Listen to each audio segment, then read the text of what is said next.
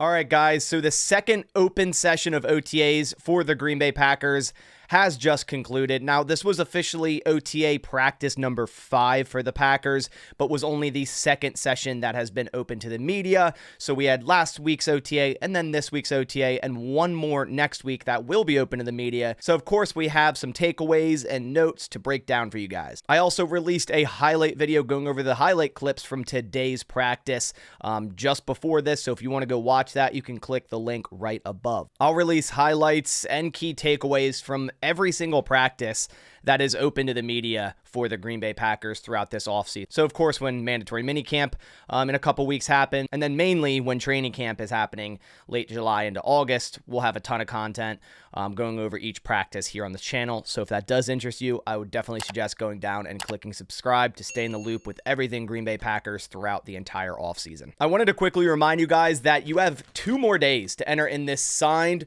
Christian Watson away Packers jersey here. Thank you to Sleeper. And it's very easy to enter in this giveaway. You can go down in the description, download the Sleeper app, make an account, and also make a first-time deposit with code BASS, B-A-S. That'll enter you in this giveaway, but not only that, it'll also get you a first-time deposit match up to $100. So if you were to deposit $100, then you'd have $200 in your account to play with. And on Sleeper, you can choose higher or lower on any given stat across a multitude of different sports. For example, you can choose points, rebounds, assists in an upcoming NBA game. And again, you choose 2 to 8 players and you can win up to 100x payouts. So definitely get in on this signed away Christian Watson Packers jersey giveaway by downloading a Sleeper, signing up, making a first-time deposit. All the information is down in the description below. All right, so now let's dive down into this OTA practice. Now this one, there's a little bit more action than last week's. This was their first full speed 11v11 2-minute drill. Matt LaFleur said this after the practice in his press conference. So first we're going to go over attendance from today's practice. We saw an almost perfect attendance last week. I believe Keyshawn Banks was the only absence and it was excused. Now there was some more absences today as well as some new injuries. So let's dive down into it. One of the new names that didn't practice today was Lucas Van Ness. He is injured, and after practice, Matt LaFleur said that he broke the tip of his thumb. So probably nothing too serious, just keeping him out probably until either mandatory minicamp or training camp, right? It's not a massive injury. 3 players that were not present in today's practice, but not injury related, were Elton Jenkins, Preston Smith, and Rashawn Gary. Matt LaFleur said all of these 3 were excused absences. In terms of players in rehab, so working off to the side on the stationary bikes, were Zach Tom, Tyler Davis, Tucker Kraft, Alex Magoo, Katan Oladapo, and Emmanuel Wilson. Now, a lot of these guys were also working on to the side last week. I think the only new addition here would be Emmanuel Wilson and Alex Magoo. And we heard Alex Magoo injured his hamstring to start last week's OTA practice, and Emmanuel Wilson, I guess, was hurt in that practice as well. More importantly, Josh Jacobs did return today in limited fashion. Now, he didn't really practice in 11v11s or the 2-minute drills, but he did do a lot of the warm-ups, and I think he actually did get at least 1 rep in 11v11s just to kind of ease him in. Matt LaFleur expects him to be full speed by next week, and even through the warm-up drills, he looked great. He didn't look like that hamstring was affecting him at all. He looked like he had quick burst, light on his feet. Really, really excited for Josh Jacobs in this offense. I mean, the Packers haven't had a massive running back switch in a very, very long time. Definitely going to miss Aaron Jones, but the thought of Josh Jacobs in this offense definitely intrigues me, as well as having other running backs. You know, A.J. Dillon is a capable running back, and then their 3rd-round pick, Marshawn Lloyd, who I'm very excited for. So now let's go over the starting offense and defense during walkthroughs. So, of course, we're going to start with the offensive line, and this is without Zach Tom and Elton Jenkins. As I said, Zach Tom working off to the side, Elton Jenkins an excused absence. So the starting offensive line was Rasheed Walker at left tackle, Jordan Morgan at left guard, that's a new one, Josh Myers at center, Sean Ryan at right guard, and Andre Dillard at right tackle. So Jordan Morgan for the first time getting reps at guard, where I've been saying this, you know, Jordan Morgan likely a long-term tackle for the Green Bay Packers, whether that's at the left side or the right side, depending how Rasheed Walker progresses, what they do with Zach Tom. But I think right now, if they want to put the best 5 out there and they believe Jordan Morgan is one of those best 5, it's probably going to be at guard. Now, it's not going to be at left guard unless Elton Jenkins weirdly switches to the right, which wouldn't make any sense. He was just out today, so that's where Jordan Morgan filled in. But it probably would be at right guard. But Sean Rhyan has been getting the nod at starter so far, and it's going to be a camp battle, and you need that competition, so it's good to have.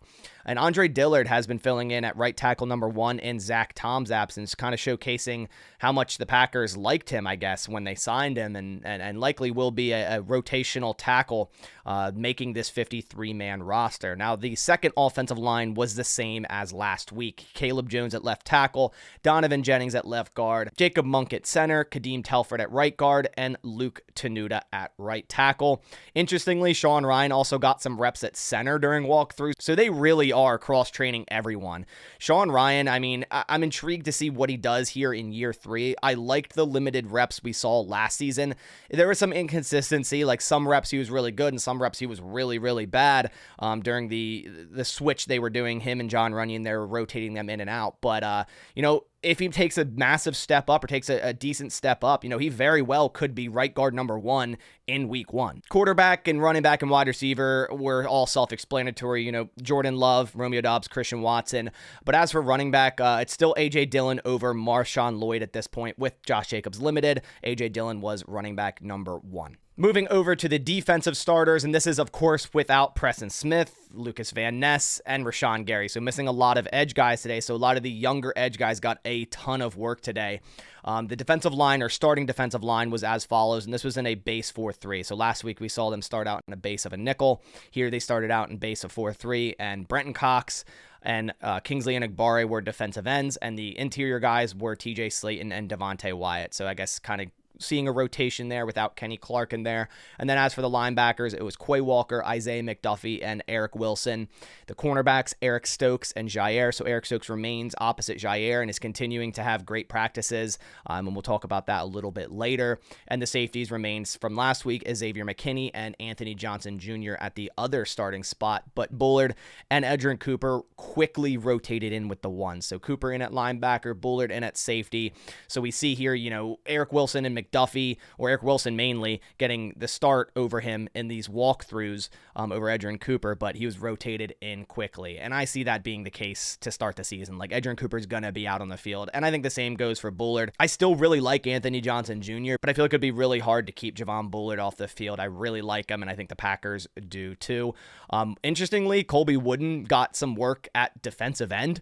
And this was something we talked about this offseason because he was kind of lighter, but then the report came out that he put on 15 pounds, so then we're going, okay, he's definitely staying at defensive tackle. But he put on weight and worked with the defensive ends today. Now, maybe that's just because there was 3 of them out with Gary, LVN, and Preston, so they just needed another guy in there. But again, they're cross-training. And Colby Wooden, man, he could be a decent run-stopping defensive end. Like, if they want to have bigger guys out there on early downs to stop the run, Colby Wooden would be a nice option out there to cross-train at defensive end. So now let's move on to the 11v11 notes and also 2-minute drills. That, like I said, that was just the first practice they did, a full-speed 2-minute drill. There was just more action today. As for the notes I have on offense, it was a very nice day from Tay Wicks, who made some nice adjustments and some nice catches, including coming back on an underthrown ball from Jordan Love to make a very impressive catch over Eric Stokes. It was also a great day for Bo Melton, making many catches. And man, I was saying it in my highlight video, this guy is probably the best 5th wide receiver in the NFL. He could be a number 2 or number 3 on a lot of teams. Another note I have is there was a ton of work for Henry Pearson with the ones today. So the Packers still really valuing an H-back type of player, which they don't necessarily have. It seems like they view Henry Pearson as that, and that might be the case, and he probably makes the 53-man roster because of that.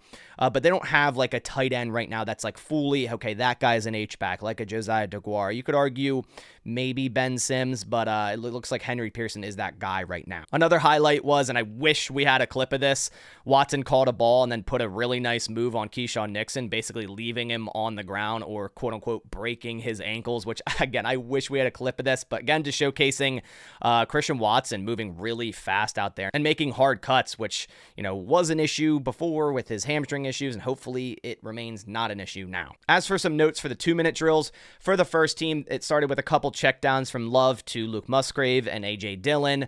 Then he had a incomplete pass to Tay Wicks over the middle. Wicks got really open, but couldn't adjust to the pass well and ended up dropping it. And it ended with a field goal make for the first team offense, so a win for the defense. The 2-minute drill for the second team also ended in a field goal make, so the second team defense also with a win, but there were some nice completions from Sean Clifford to Malik Heath and Samori Torre.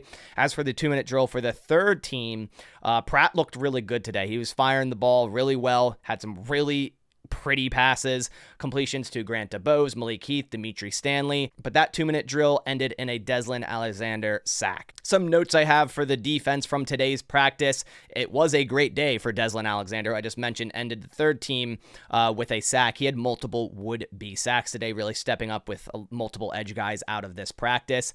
And after the practice, Matt LaFleur mentioned that Quay Walker would likely be the green dot defender, meaning he has the communication system in his helmet and is making all the calls out there. More so just showcasing that, yes, he is going to be the Mike linebacker like I project him to be. Yeah, he could definitely play strong side. I just think Edgerrin Cooper is going to be the weak side backer. Quay Walker is going to be in the middle, orchestrating everything. He's going to be that leader. It's a massive, massive step up for Quay Walker this year. If he can take that all in, become that veteran team leader in the middle of that defense, I'm really hoping he can. Kingsley Enagbare has also been great, which is just insane. Like we talked about it last video, how returning from what was thought to be a fully torn ACL and surgery ended up being this guy fully practicing in OTAs, which is just a wild turnaround and great for the Green Bay Packers and great for their edge depth, which obviously needed it today with, 3 of their main guys out. Carrington Valentine also had some good coverage in the 2-minute drill today with the second team. Again, he's been second string cornerback behind Eric Stokes, but he had a good day today.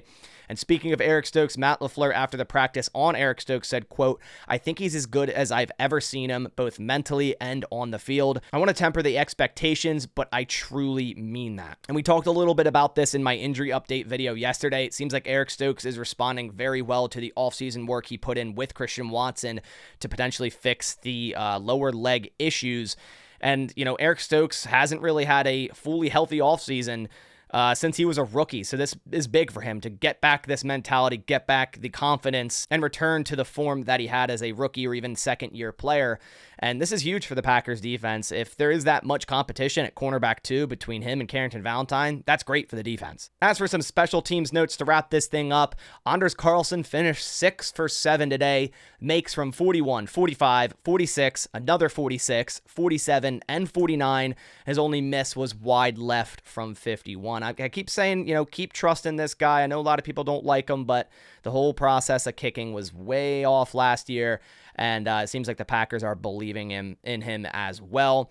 Jack Podlesny was the only other kicker to kick today, and he was 3 for 7, so not a great day from him. And Greg Joseph didn't even kick, so I see him being cut soon, and the Packers adding, say, another tight end or something of that sort, rather than having a third kicker, because he didn't even kick in OTAs today. So that does it for all the key notes and takeaways I have from Packers OTA practice number 2, at least open to the media. Their next OTA that's open to the media is next week, June 4th, so look out for all the videos coming out from this channel on that date. Then there's a little break, and then there's mandatory minicamp from June 11th to the 13th, so likely we'll have videos then as well, because I believe those are open to the media, at least 1 or 2 days of them. I appreciate you guys coming by. If you could, please leave a like down below to support the channel. It helps out a ton. Appreciate all the endless support. I'll catch you on the next one, and as always, go Pack Go.